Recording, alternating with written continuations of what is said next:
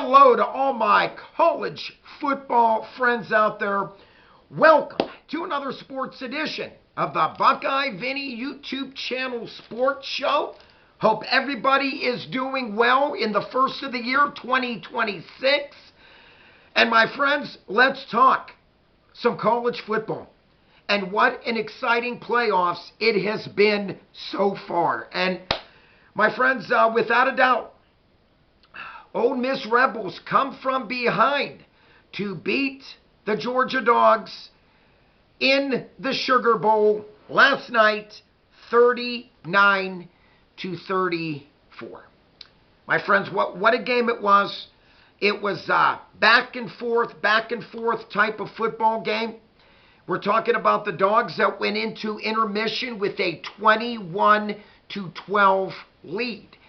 And you know what, for me, what did it big time was the Chris Cole major hit on Lacey. Lacey fumbles. Dalen Everett picks it up. 47-yard scoop and score to put the Dogs up 21-12 before halftime. Like I said, and the Dogs were going to receive the second half kickoff. So for me, all the momentum swung for the Georgia Dogs. Dogs up by 9 points at half. And my friends, there was a very interesting stat out there. The Georgia Dogs under Kirby Smart, once they led at half, they had something like a 55 or 56 game win streak when leading at half. So at this point, I'm thinking, okay, there's still 2 more quarters to go, but I really like the Dogs' chances. Unfortunately, my friends, quarterback Trinidad Chambliss led a fierce comeback, and the Rebels beat and take down the Dogs 39-34. Let's talk some stats. Gunnar Stockton, what more can you say? 18 out of 31, 204 yards passing, 1 touchdown strike, 2 rushing touchdowns. The feature back, Nate Frazier, played a good game. 15 carries, 86 yards rushing. The leading receiver for the Dogs, Zachariah Branch, 8 receptions, 67 yards, and 1 touchdown grab. Total offense, my friends, it went to Ole Miss. You know, I said a couple videos ago that Ole Miss was a scoring machine. Okay, this team can score on you at anywhere on the field.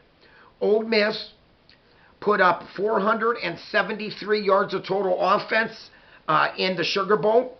And the Georgia Dogs, total offense, 344. Rushing attack, I'm just going to say this. Both teams came in averaging identical, 186 yards rushing per game. Check this out. Georgia rushing against Ole Miss in the Sugar Bowl, 124 yards rushing. And Ole Miss rushing attack against the Dogs, 111 yards. So both teams were definitely shy of their average mark of 186 rushing yards average per game against their opponents. You know, my friends, I just look at this game. It was a game of spurts. You know, you had Ole Miss at one point led 12-7, and then all of a sudden the Dogs came back with back-to-back TDs to lead 21-12, but then here comes Ole Miss. You know, Ole Miss never gave up in this game. Never did. And, you know, I look at some stats here. Trinidad Chambliss, what a game. 30 out of 46. This young man passed 46 times. He put the ball up in the air. 362 yards passing, 2 touchdown strikes. And at one point, like I mentioned, Chambliss completed 13 straight passes. Kewan Lacey, very good game. Kewan, 22 carries, 98 rushing yards, and 2 rushing touchdowns. You know, my friends, when you stop and look, receiving end, Wallace, very good game. 9 grabs for 156 receiving yards and 1 touchdown grab. And Stribling, 7 receptions for 122 receiving yards. I look at this game. It was almost a carbon copy of the regular season when Ole Miss led by 9, okay? And then eventually gave up the lead, and the Dogs came back and won in the regular season 43-35. It was the complete opposite in the Sugar Bowl. The Dogs were up by 9, but Ole Miss, never say die, came back and they win by 5 points, 39-34. Anytime you get these two teams together, you're in for a thriller of a football game.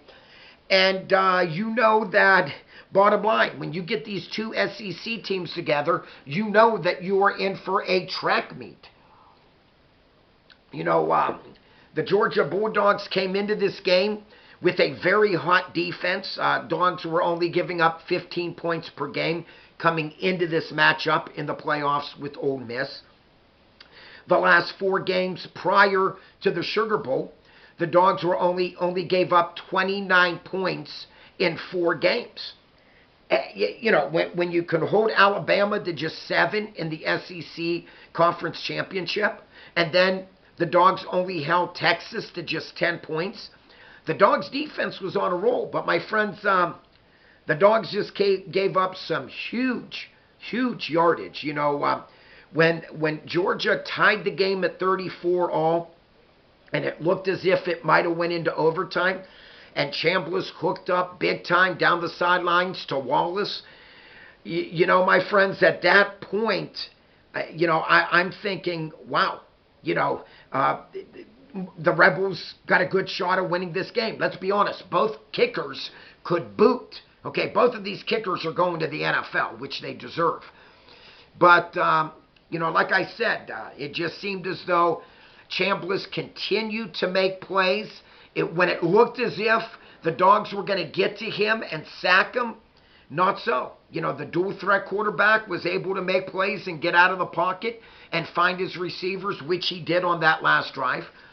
And then, what turned the game for me was when the Dogs had the ball 1st and goal. And they were down 34-31. So a touchdown would have put the Dogs ahead and possibly won the game. And, the Dogs at that point just could not move the ball. I did not like the play calling towards the end of the game for Georgia. I truly did not. Okay, at one point it was 2nd and goal from the 3. And the Dogs, all season long been rushing the ball very well. Just couldn't get it in there. And then 3rd down and goal, they were forced to pass, and Gunner wasn't even close, trying to force the ball into Lucky. And, bottom line, it was just, it was just one of those games that the last team that had the ball was going to be the team that won the game. And sure enough, that was the Ole Miss Rebels.